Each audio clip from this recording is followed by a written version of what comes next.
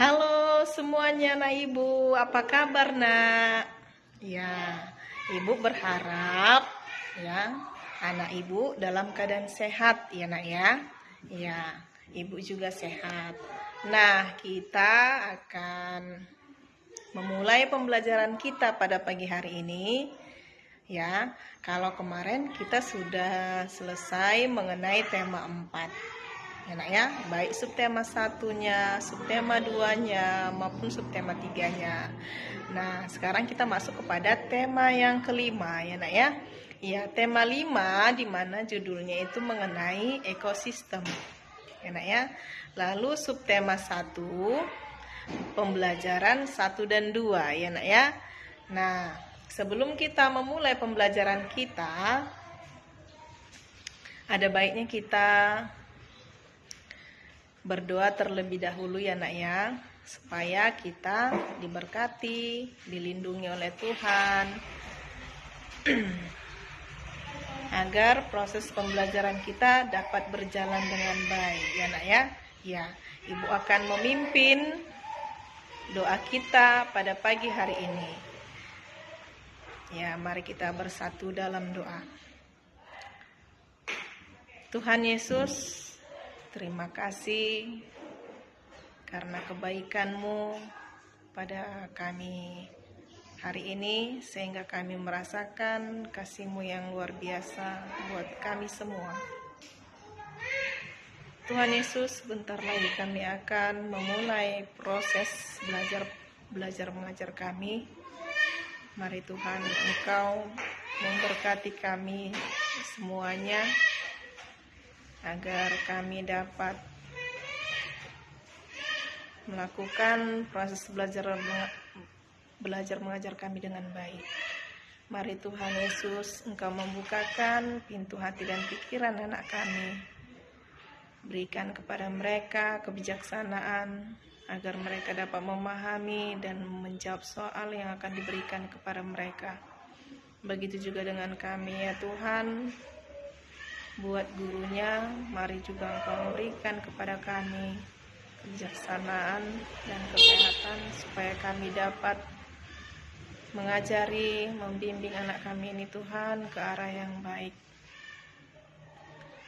Tuhan Yesus, di atas segala permintaan kami, mari Engkau hapuskan segala dosa dan pelanggaran kami, supaya tidak terhalang buat kasih dan anugerah yang Kau sampaikan kepada kami. Inilah doa dan permohonan kami ya Tuhan, terimalah, karena kami berdoa melalui anak-Mu Tuhan Yesus Kristus, Juru Selamat kami. Amin. Nah, iya. Baik ya, kita tadi telah berdoa, sekarang kita bernyanyi ya nak ya, supaya kita semangat di dalam belajar nantinya. Iya, nyanyi yang akan Ibu bawakan yaitu ya, oleh karena matahari pada pagi hari ini begitu cerah, ya Ibu akan membawakan nyanyian yaitu matahari bersinar terang. Itu ya nak ya. 1, 2, 2, 3 ya. Matahari bersinar terang, burung berkicaulah senang, harum semerbaklah bunga di padang. Semuanya mengajak kepada kita, kan memuji nama Tuhan yang Esa, kan memuji nama Tuhan yang Esa. Nah, seperti itu ya. Ya, semua anak Ibu tahu kan semuanya, karena kita setiap harinya menyanyikan lagu tersebut. Ya nak ya. Iya. Nah, sekarang anak Ibu boleh nanti menyaksikan video pembelajaran yang akan Ibu bagikan di grup kita ya nak ya. Ya, Ibu berharap anak Ibu dapat menyimaknya dengan baik. Ya.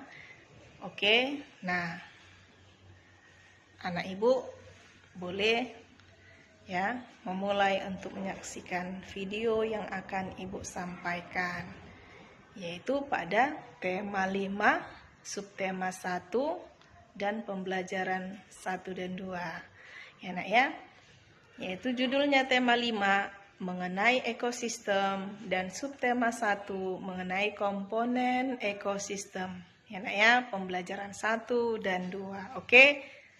Ya. Halo anak-anak semua. Hari ini kita akan belajar tema 5, subtema 1, pembelajaran ke-1 dan ke-2 dengan muatan bahasa Indonesia dan IPA.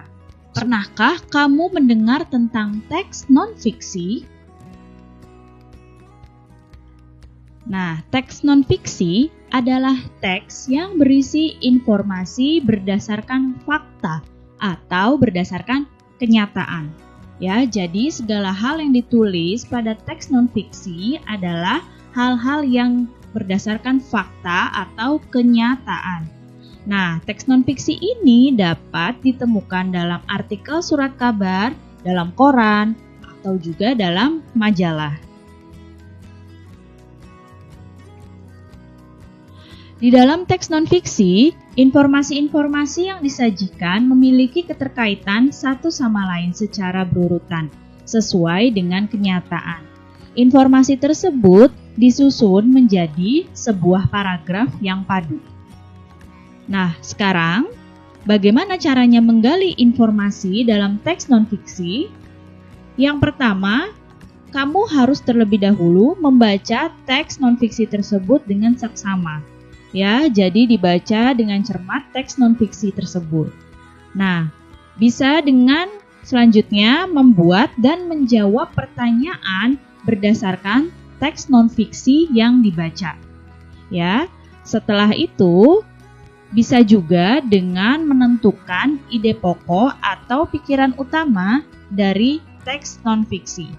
Jadi, cara menggali informasi teks non-fiksi pertama harus dibaca. Kemudian, cara yang pertama dengan menjawab dan membuat pertanyaan, dan juga bisa dengan menentukan ide pokok atau pikiran utama dari teks. Jenis makanan hewan. Nah, kita akan mencari informasi penting dari teks non-fiksi ini dengan cara membuat dan menjawab pertanyaan. Nah, akan Ibu beri contoh untuk paragraf yang pertama. Kita akan membuat pertanyaan. Contohnya, pertanyaannya, apa saja jenis makanan hewan? Nah, kamu baca di paragraf 1 ini, apa saja jenis makanan hewan? Nah, ternyata jawabannya ada di sini, di kalimat yang pertama. Jenis makanan hewan berupa tumbuhan dan hewan lain.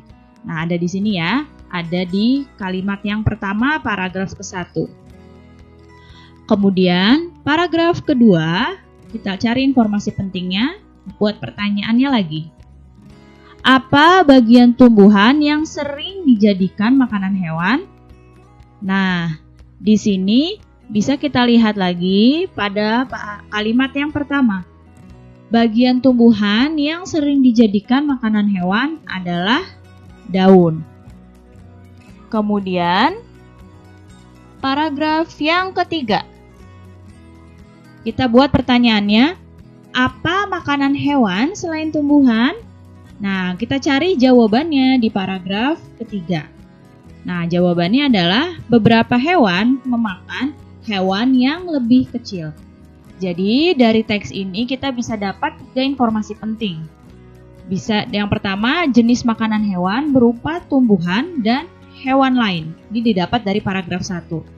Informasi penting selanjutnya ada dari paragraf 2. Bagian tumbuhan yang sering dijadikan makanan hewan adalah daun. Di paragraf ketiga, informasi pentingnya beberapa hewan memakan hewan yang lebih kecil. Nah, ini kalau kamu mencari informasi teks non-fiksi dengan membuat dan menjawab sendiri pertanyaan tersebut. Nah, selain itu bisa juga mencarinya dengan menentukan ide pokok dari setiap paragraf.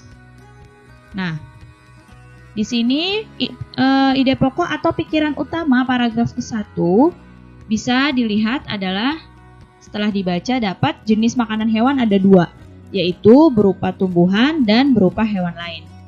Nah, kemudian baca lagi paragraf yang kedua dan didapatkan ide pokoknya atau pikiran utamanya, daun adalah bagian tumbuhan yang sering dijadikan makanan hewan.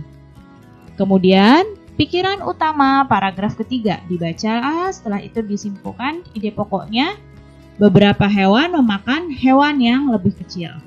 Jadi sebenarnya sama ya, dengan cara menentukan ide pokok atau dengan membuat dan menjawab pertanyaan sendiri. Jadi kalian boleh pilih cara yang kalian bisa. Di sini ada gambar, ada tumbuhan, ada hewan ya. Nah, semua makhluk hidup itu memerlukan lingkungan tertentu untuk memenuhi kebutuhannya. Makhluk hidup berinteraksi dengan sesamanya maupun dengan lingkungan hidupnya. Nah, hubungan timbal balik antara makhluk hidup dan lingkungannya itu disebut dengan ekosistem. Ya, jadi ekosistem adalah hubungan timbal balik antara makhluk hidup dan lingkungannya. Kita lihat di sini jenis-jenis ekosistem. Ada ekosistem air, yaitu ekosistem air tawar, dan ada ekosistem laut. Ya, ekosistem air tawar itu seperti sungai, ekosistem danau, ya, itu adalah ekosistem air tawar. Dan ada ekosistem laut, yaitu ekosistem yang ada di dalam laut. Kemudian ada ekosistem darat. Nah, di sini ekosistem darat ada ekosistem hutan hujan. Kemudian ada ekosistem padang rumput. Ada ekosistem gurun dan ada ekosistem tundra. Nah, untuk tundra ini adalah daerah yang suhunya itu rendah seperti di kutub. Kalau gurun ini yang suhunya tinggi.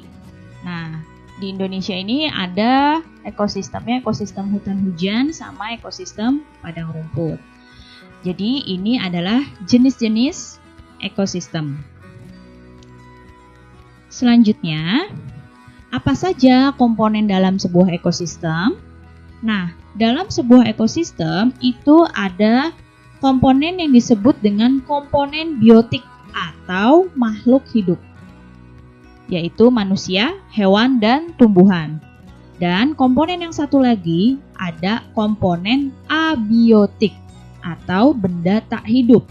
Apa saja? Ini contohnya tanah, udara, air, cahaya matahari. Pokoknya yang benda-benda tidak hidup itu termasuk komponen abiotik. Jadi ekosistem komponennya ada 2 ya. Ada komponen biotik atau komponen yang makhluk hidup, ada komponen abiotik, yaitu komponen yang benda-benda tak hidup. Nah, sekarang perhatikan gambarnya. Di sini ada contoh ekosistem air tawar. Coba sekarang sebutkan yang ada di ekosistem ini, apa saja komponen biotiknya dan apa saja komponen abiotiknya.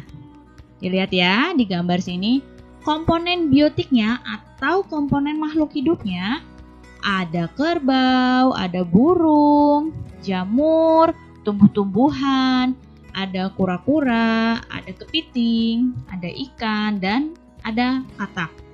Ya, jadi komponen biotiknya semua yang makhluk hidup yang ada di gambar ekosistem ini. Pohon, rumput, jamur, kerbau, burung, kura-kura, katak, ikan, kepiting. Sekarang komponen abiotiknya atau benda-benda tak hidupnya. Ya, ada cahaya matahari, ada udara, kemudian ada air, dan juga ada batu, ada tanah. Nah, jadi di sini ada sinar matahari, udara, air, tanah, dan batu.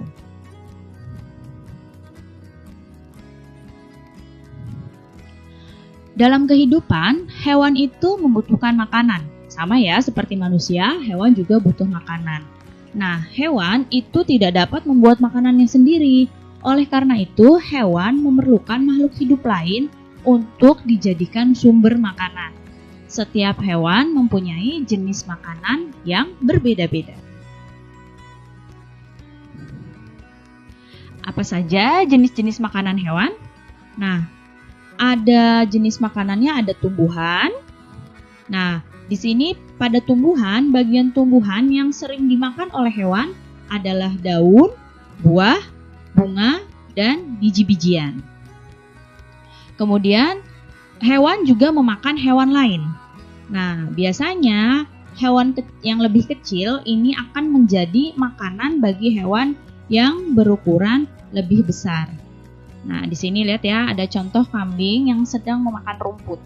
Ya, dan di sini ada bunglon, dia memakan serangga. Nah, di sini kalau tumbuhan bagian yang sering dimakan daun, buah, bunga, dan biji-bijian. Hewan lain, kalau makanannya hewan lain biasanya hewan yang lebih kecil yang akan dimakan oleh hewan yang ukurannya lebih besar. Setiap hewan memakan makanan yang berbeda-beda. Nah, karena berbeda-beda itu, jadi berdasarkan makanannya, hewan dikelompokkan jadi 3 jenis. Apa saja pengelompokan hewan dari 3 jenis ini? Yang pertama ada yang disebut dengan herbivora atau hewan pemakan tumbuhan. Kemudian ada karnivora, hewan pemakan daging. Dan ada omnivora, yaitu hewan pemakan tumbuhan dan hewan juga. Jadi pemakan segala. Nah, pada herbivora ini susunan gigi terdiri atas gigi seri dan geraham dan yang lebar dan kuat. Kemudian pada karnivora ini punya gigi seri, taring dan geraham. Dan atau bisa juga pada burung ini yang karnivora paruhnya tajam. Kalau omnivora ini punya gigi seri, taring dan geraham. Nah, ini adalah gambar tengkorak hewan-hewan. Yang pertama ini adalah herbivora, yang kedua ini adalah tengkorak karnivora, lihat ada taringnya, dan yang ketiga ini tengkorak karnivora. Nah, lihat nih bentuk giginya beda-beda ya. Baik, terima kasih anak ibu karena telah menyaksikan video pembelajaran yang ibu bagikan. Ya, nah ibu akan mengakhiri pembelajaran kita pada pagi hari ini. Ya, sebelum ibu mengakhiri pembelajaran kita, ya ada baiknya kita akan bernyanyi. Ya, kalau tadi nyanyinya yaitu nyanyi rohani ya nak ya, karena kita adalah sekolah Kristen. Ya, jadi kita jangan lupa untuk menyanyikan nyanyian Kristen ya. Ya, itu kita buat pada pembukaan pembelajaran atau di awal pembelajaran. Nah, sekarang kita juga jangan lupa untuk menyanyikan lagu-lagu wajib ya nak ya. Itu kita akan buat pada di akhir pembelajaran. Ya nak ya. Ya. Nah, lagu wajib yang akan kita nyanyikan sebelum kita berdoa yaitu mengenai lagu Garuda Pancasila. Ya, Garuda Pancasila. Ya, 1, 2, 2 ya. Garuda Pancasila, akulah pendukungmu, patriot proklamasi, sedia berkorban untukmu. Pancasila dasar negara, rakyat adil makmur sentosa, pribadi bangsaku, ayo maju, maju, ayo maju, maju, ayo maju, maju. Iya, kita harus tahu lagu-lagu wajib nasional ya nak ya, jangan tidak tahu ya. Iya, anak ibu boleh mempelajari apa-apa saja lagu nasional ya nak ya. Nah, sekarang kita akan berdoa Ya, anak ibu boleh melipat tangannya, tutup matanya, kita bersatu di dalam doa. Kembali kami mengucapkan syukur kepadamu Tuhan, karena Engkau masih memberkati kami di dalam proses belajar mengajar kami. Tuhan Yesus, kami serahkan seluruh proses belajar mengajar kami ke dalam tangan-Mu. Biarlah Engkau yang bekerja di hati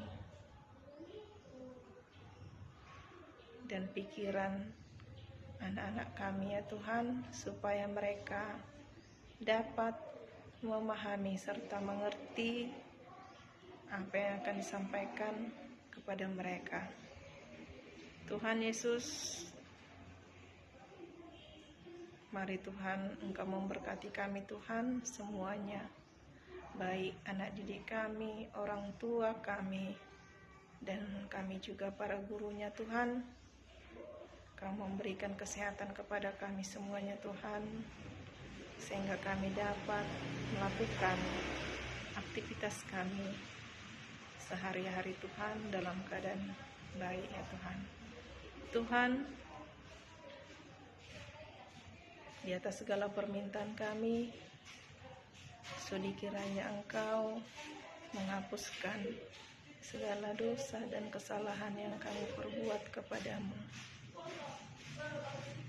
dan juga kepada sesama kami manusia, supaya apa yang Kau berikan, berkat-berkat-Mu kepada kami, dapat kami terima dengan baik, dan dapat kami juga syukuri ya Tuhan.